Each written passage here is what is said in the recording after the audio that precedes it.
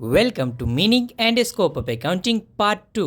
Part 1 में telecom company के example पढ़े थे। पार्ट 2 में और पैसेज की तरफ बढ़ते हैं। पार्ट 2 के पहला पैसेज है accounting applies universally for recording transaction and adding decision making in various economics activities. This study focus on business accounting for foundational understanding. इस पैसेज के अनुसार अकाउंटिंग लेखांकन प्रक्रिया का उद्देश्य आर्थिक गतिविधियों में लेन देन को रिकॉर्ड करना और उसे सही तरीके से समझना है, जिससे व्यापार या अन्य किसी भी आर्थिक गतिविधि में निर्णय लेने में मदद मिलती है। इस अध्ययन का फोकस व्यापार खाते बही पर है ताकि इसकी सही बुनियादी प्राप्त की जा सके और व्यवसाय की सही स्थिति जानकर उसे और बेहतर तरीका से चलाया जा सके। अकाउंटिंग का काम केवल लेन देन को दर्ज करना नहीं है, बल्कि वो जानकारी एकत्र करके निर्णय लेने में भी मदद करना है। अब चलते हैं दूसरे पैसेज में।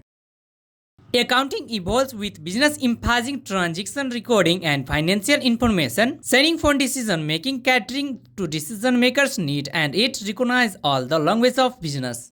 इस पैसेज के अनुसार अकाउंटिंग व्यवसाय के साथ विकसित होती है, जिसका मुख्य उद्देश्य लेन देन को सही तरीके से रिकॉर्ड करना और व्यक्तिगत जानकारी को इस तरह से साझा करना है कि निर्णय लेने में मदद मिल सके। यह निर्णय लेने वाले की जरूरत पूरा करते हैं और इसे व्यवसाय की भाषा के रूप में पहचाना जाता है, क्योंकि यह व्यवसाय की आर्थिक स्थिति और गतिविधियों को स्पष्ट रूप से व्यक्त करने का एक माध्यम है। अब है 1.2 नंबर मीनिंग ऑफ अकाउंटिंग। इसका डिफिनेशन अमेरिकन इंस्टीट्यूट ने 1961 में ही किया है। Accounting is the art of recording, classifying and summarising in a significant manner in the term of money, transaction and event which are in fact at least of the financial character and interpreting the results. इसका यह अर्थ है कि accounting एक ऐसी कला है जिसमें हम उन लेन देन और घटनाओं को जो आंशिक रूप से या पूरी तरह से व्यक्तिगत होती है पैसों के रूप में रिकॉर्ड करते हैं, वर्गीकृत करते हैं और संक्षेप में प्रस्तुत करते हैं, ताकि हम उनके परिणामों को समझ सके और सही निर्णय ले सके। यानी हम व्यवसाय या संगठन के सारी व्यक्तिगत लेन देन को सही तरीके से दर्ज, समूहित और संक्षेप में पेश करके उन परिणामों का विश्लेषण करते हैं ताकि व्यक्तिगत स्थिति का सही अनुमान लगाया जा सके। अब आगे का पैसेज समराइज्ड वे में पढ़ते हैं। चलिए 1.2 नंबर समराइज्ड वे का पहला पैसेज है। According to the definition provided, account is the art of record keeping. It begins by identifying financial event and transaction which are then record in books of account. Accounting को record रखने की कला कहा जाता है। इसमें हम सबसे पहले व्यक्तिगत घटनाओं और लेन देन को पहचानते हैं, यानी जो भी आर्थिक गतिविधि होती है उन्हें हम समझते हैं। फिर इन घटनाओं और लेन देन को खाते बही में दर्ज किया जाता है। इस प्रक्रिया का उद्देश्य यह होता है कि भविष्य में हम इन रिकॉर्ड को देखकर सही निर्णय ले सके। इस पूरी प्रक्रिया को हम अकाउंटिंग कहते हैं, जो व्यवसाय और व्यक्तिगत मामले की सही हिसाब किताब को बनाए रखता है। अब एक एग्जाम्पल देख लेते हैं। A stationery business must also record its invoicing, payment, expense and transactions. एक स्टेशनरी व्यवसाय को भी अपना चालान, भुगतान, खर्च और लेन देन को रिकॉर्ड करना होता है। This recording is done primary book known as journal or subsidiary book, which classify and summarize transactions for easy reference. After recording, the transactions are transferred to secondary book or ledgers, where they are classified by income, expense, asset and liabilities and summarized in profit and loss account and balance sheets. इस passage के अनुसार यह जो recording है वो प्राथमिक किताबों में किया जाता है, जिसे हम जर्नल या सब्सिडरी बुक कहते हैं। इन किताबों का काम है लेन देन को वर्गीकृत, क्लासिफाई और संक्षेप समराइज करना, ताकि बाद में इसका आसानी से संदर्भ रेफरेंस लिया जा सके। अब इन प्राथमिक किताबों में रिकॉर्ड किए गए लेन देन को बाद में सब्सिडरी बुक या लेजर में स्थानगत ट्रांसफर किया जाता है। लेजर वो किताब होता है जहां हम लेन देन को वर्गीकृत करते हैं, जैसे कि इनकम, एक्सपेंस, एसेट, लायबिलिटीज के रूप में। इसके बाद इन लेन देन को और अधिक संक्षेप में समाहित किया जाता है और इसके आधार पर दो मुख्य दस्तावेज तैयार किया जाता है, जो है एक प्रॉफिट एंड लॉस अकाउंट जो हमारी इनकम और एक्सपेंस को दिखाता है, और दूसरा है बैलेंस शीट जो हमारे व्यक्तिगत स्थिति को स्पष्ट चित्र से प्रस्तुत करता है, यानी कि फाइनेंशियल स्टेटमेंट को। अब एक और पैसेज है।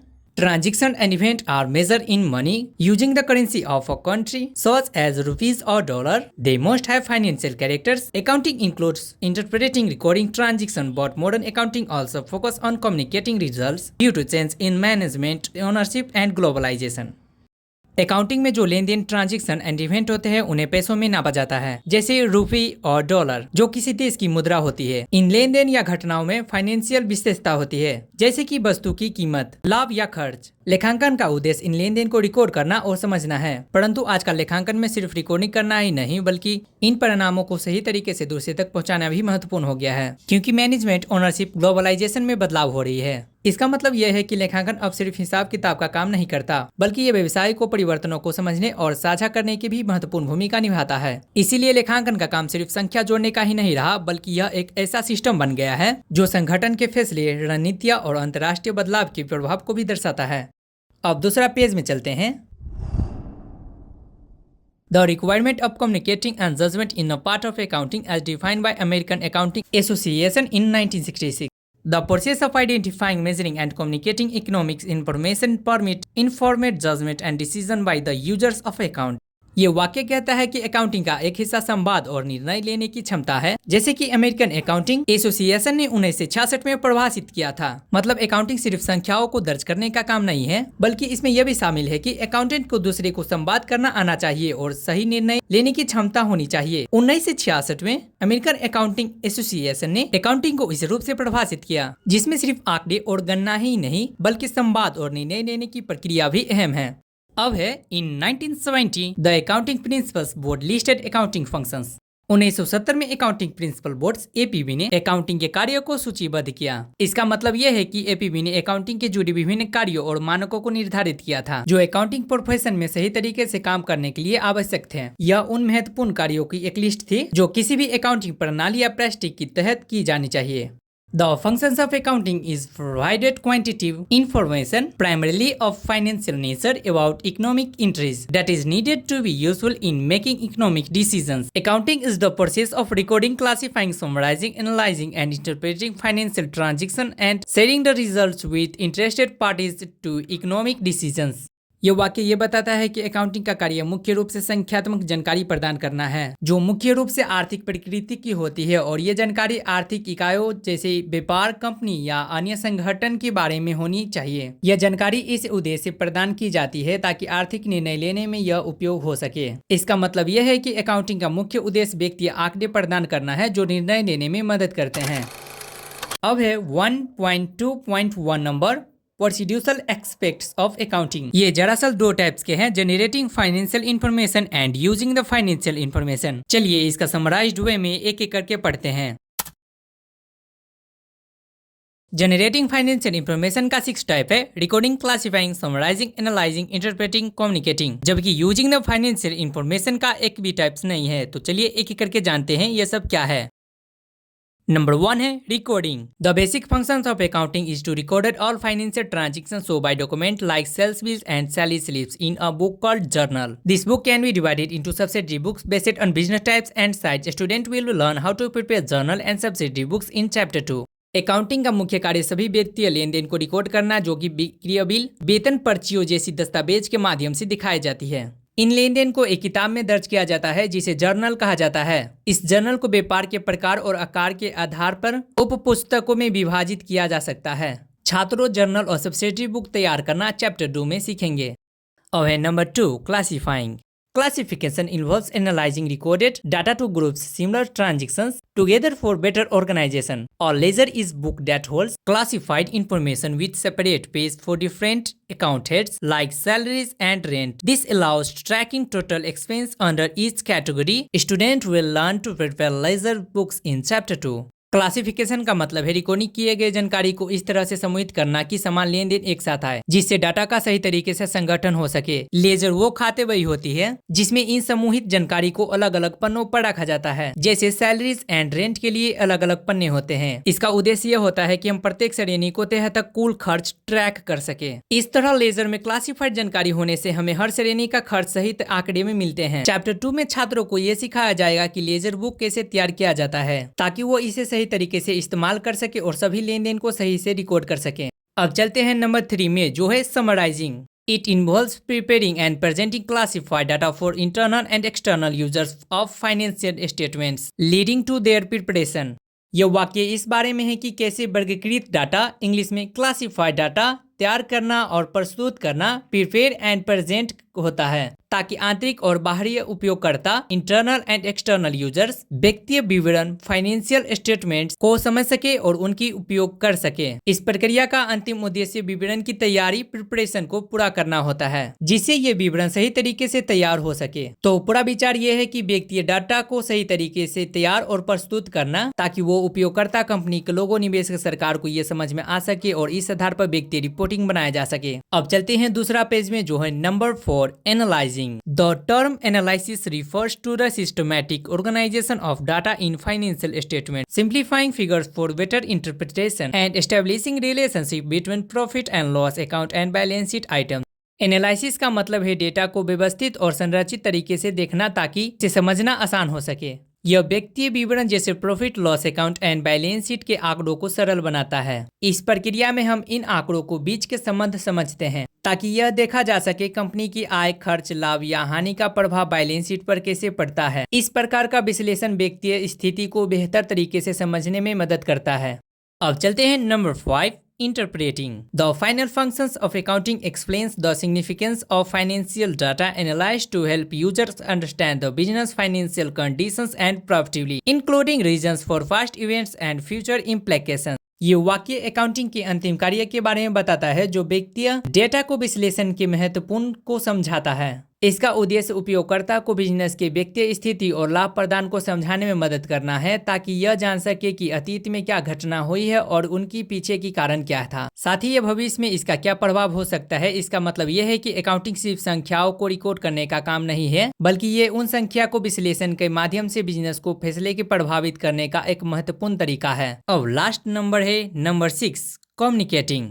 It involves sharing, summarize and analyze information through accounting reports including profit and loss account, balance sheets, ratio graphs and fund flow statements to aid decision making. ये वो प्रक्रिया है जिसे हम व्यक्तिगत रिपोर्टिंग के माध्यम से जानकारी साझा करते हैं। इसमें शामिल होते हैं जैसे लाभ और हानि खाते जो कंपनी के मुनाफे और नुकसान को दर्शाता है, बैलेंस शीट जो कंपनी की व्यक्तिगत स्थिति को बताता है, रेशियो जो कंपनी की कार्य कुशलता और व्यक्तिगत स्वास्थ्य को नापता है, ग्राफ्स जो आंकड़े को दृश्य रूप में प्रस्तुत करते हैं ताकि उन्हें समझना आसान हो, और धन प्रवाह विवरण फंड फ्लो स्टेटमेंट जो बताता है कंपनी के पास कहां से पैसा आ रहा है और कहां जा रहा है। यह सभी रिपोर्ट का उद्देश्य यह है कि हम सही निर्णय ले सके और कंपनी की व्यक्तिगत स्थिति और संभावनाओं को बेहतर तरीके से समझ सके। यह सभी चीजें एक साथ काम करता है ताकि हम किसी भी कंपनी या संगठन के बारे में व्यक्तिगत रूप से सही निर्णय लेने में मदद मिल सके। Our bookkeeping includes generating financial information and preparing trial balance, while accounting involves preparing financial statements, analyzing, interpreting and communicating them to users. Book keeping और अकाउंटिंग दोनों व्यक्तिगत गतिविधियों से संबंधित है, लेकिन इनमें अंतर है। बुक कीपिंग का काम व्यक्तिगत जानकारी को एकत्र करना, लेन देन को रिकॉर्ड करना और ट्रायल बैलेंस तैयार करना होता है, जबकि अकाउंटिंग का काम इन रिकॉर्ड को विश्लेषण करना, व्यक्तिगत विवरण तैयार करना और उन्हें उपयोगकर्ता को समझाकर सही निर्णय लेने में मदद करना है। साधारण शब्द में बुक कीपिंग एक रिकॉर्ड का प्रक्रिया है, जबकि अकाउंटिंग इन रिकॉर्ड को उपयोग करके निर्णय लेने योग्य रिपोर्ट बनाने और समझाने की प्रक्रिया है।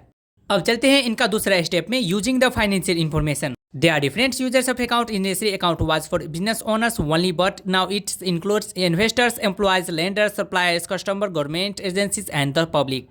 जब अकाउंटिंग की बात की जाती है तो यह पहले केवल व्यापार मालिक के लिए हुआ करती थी ताकि वो अपने व्यापार को व्यक्तिगत लेखों को सही तरीके से रख सके और व्यापार को सही प्रबंध कर सके। लेकिन अब यह केवल व्यापार मालिक तक ही सीमित नहीं रहा, अब इनमें कई अन्य लोग भी शामिल है, जैसे कि इन्वेस्टर्स जो अपने पैसे के बदले लाभ प्राप्त करने के लिए अकाउंटिंग का उपयोग करते हैं, एम्प्लॉयज जो अपनी सैलरी और कंपनी की आर्थिक स्थिति जानने के लिए इसे देखते हैं, लेंडर्स जो ये देखने के लिए अकाउंटिंग का उपयोग करते हैं क्या व्यवसाय उधार चुकता करने सक्षम है या नहीं, सप्लायर्स जो ये जानने के लिए इसे देखता है कि व्यवसाय उनकी उत्पादन और सेवा के लिए भुगतान करने सक्षम है, कस्टमर्स जो ये सुनिश्चित करना चाहता है कि वो उत्पादन जो खरीद रहे हैं वो भरोसेमंद है या कंपनी आर्थिक रूप से स्थिर है, गवर्नमेंट एजेंसी जो टैक्स वसूल करने के लिए नियम का पालना सुनिश्चित करने के लिए अकाउंटिंग का इस्तेमाल करते हैं, और अंत में है पब्लिक जो व्यवसाय की व्यक्ति प्रदर्शन को देख सकते हैं और समझ सकते हैं कि व्यापार किस दिशा में जा रही है। इस तरह आजकल अकाउंटिंग सिर्फ व्यापार मालिक तक ही सीमित नहीं रहा बल्कि विभिन्न वर्ग के लोगों के लिए महत्वपूर्ण हो गया है जो अपने अपने कानूनों से इसका उपयोग करते हैं। For example, in airlines, stakeholders want to know how to company is performing, which account helps so. एक एयरलाइंस कंपनी स्टॉक होल्डर्स जैसे निवेशक, कर्मचारी आदि ये जानना चाहते हैं कि कंपनी कैसे प्रदर्शन कर रहे हैं, और ये जानकारी अकाउंटिंग लेखा जोखा के द्वारा देखी और समझी जा सकती है। अकाउंटिंग का काम कंपनी की व्यक्ति स्थिति और प्रदर्शन को नापना और दिखाना है, जैसे कि आय, खर्च, मुनाफा आदि, ताकि स्टॉक होल्डर्स कंपनी की सफलता और विकास को सही तरीके से समझ सके। अब दूसरा पैसेज है, accounting information should be relevant on based and clear internal users like management users data for decision making difficult then external users who receive summarised financial statements focus on key business information. Accounting जानकारी को हमेशा relevant on based clear होना चाहिए क्योंकि जो भी users उसे देखे वो सही तरीके से समझ सके। इंटरनल यूजर्स जो अपने मैनेजमेंट डाटा को उपयोग निर्णय लेने के लिए करते हैं और वो डाटा को बहुत गहराई तक देखते हैं क्योंकि उन्हें अपने रोजाना का निर्णय लेने में मदद चाहिए होती है, जबकि एक्सटर्नल यूजर्स जैसे कि निवेशक या क्रेडिटर्स मुख्य रूप से समराइज्ड फाइनेंशियल स्टेटमेंट पर ध्यान देते हैं जो केवल कंपनी के मुख्य व्यक्तिगत बिंदु जैसे कि लाभ और हानि को दिखाता है ताकि कंपनी की व्यक्तिगत स्वास्थ्य के बारे में सामान्य जानकारी प्राप्त कर सके। इस तरह दोनों प्रकार की उपयोगकर्ता को जरूरत अलग होती है और उन्हें अलग अलग तरह की जानकारी मिलती है। 1.2.1 नंबर ये फिनिश हो गया। अब चलते हैं 1.3 नंबर में। नाउ 1.3 नंबर में है evolution of accounting as a social science. इनका भी समराइज्ड वे में पढ़ेंगे। पैराग्राफ 1 में है history of accounting. History of accounting का इंट्रोडक्शन देखते हैं। Accounting began around 4000 BC in Egypt with treasury record keeping. Accounting की शुरुआत लगभग 4000 ईसा पूर्व मिस्र में राजकोषीय रिकॉर्डिंग रखने के साथ हुई थी। अब है की points. Egyptian treasurers officially reported daily to viziers and monthly to kings. Egypt के खजाने अधिकारियों को विभाग प्रमुख की रोजाना रिपोर्ट देना होता था और राजा के महीने में एक बार। इसका मतलब यह है कि वहां के प्रशासन में व्यक्तिगत गतिविधियों को लगातार और सटीक रिकॉर्ड रखा जाता था। Babylonia used accounting to track business losses. Babylonia में लेखांकन का उपयोग व्यापारिक घाटे को ट्रैक करने के लिए किया जाता था। ये दर्शाता है कि वहां व्यापार लेन देन को नुकसान और लाभ को हिसाब रखने के लिए लेखांकन तकनीकी का उपयोग किया जाता था। Greece manage revenue and government transaction through accounting. प्राचीन ग्रीस में सरकार की व्यक्ति लेन देन, आय और व्यय को प्रबंध लेखांकन के माध्यम से दिखाया जाता था। यह बताता है कि ग्रीस में सरकारी फाइनेंशियल रिकॉर्ड को व्यवस्थित तरीके से रखा जाता था। Romans recorded financial transaction between 700 BC and 400 AD। Roman में 700 ईसा पूर्व से लेकर 400 ईसा तक के समय में व्यक्ति लेन देन का रिकॉर्ड रखा जाता था। इससे यह साबित होता है कि रोमन समाज में व्यक्ति नियंत्रण और निगरानी का एक लंबे इतिहास रहा है। By 2000 BC China had developed government accounting methods. 2000 ईसा पूर्व तक चीन सरकार लेखांकन विधियों में विकसित हो चुकी थी। इसका मतलब यह है कि प्राचीन चीन में प्रशासन और व्यक्ति व्यवस्था को रिकॉर्ड बनाए रखने के लिए उन्नत तरीके थे। इन इंडिया कौटिल्य रोट अर्थशास्त्र ऑन रिकॉर्ड मेंटेन्स। भारत में कौटिल्य ने अर्थशास्त्र लिखा जिसमें रिकॉर्डिंग बनाए रखने और लेखांकन का महत्व पर चर्चा की गई है। यह दर्शाता है कि भारत में भी प्राचीन कालों से ही लेखांकन और प्रशासन का महत्वपूर्ण पहलुओं को समझा जाता था और व्यवस्थित किया जाता था। अब है conclusion. Accounting has evolved over countries across various civilisation highlighting its significance in managing finance. Accounting सदियों से विभिन्न सभ्यताओं में विकसित हुआ है, जो यह दर्शाता है कि मैनेजिंग फाइनेंस में कितना महत्वपूर्ण भूमिका निभाता है। यहाँ यह कहा जा रहा है अकाउंटिंग का इतिहास बहुत पुराना है और विभिन्न सभ्यताओं ने अपने अपने तरीके से इसे अपनाया है। इससे यह स्पष्ट होता है कि इसका महत्व व्यक्तिगत मामलों को ठीक से संभालने में कितना है। 1.3 नंबर का पैराग्राफ 1 पार्ट 1 वीडियो में ही खत्म कर रहे हैं। पैराग्राफ 2 और 3 पार्ट 3 वीडियो में है, तो कृपया जाके जरूर देखें। Thank you for watching. Hello and welcome to CA classes. लाए है आप सभी के लिए free lectures. Subscribe to CA classes for make your dream as chartered accountant.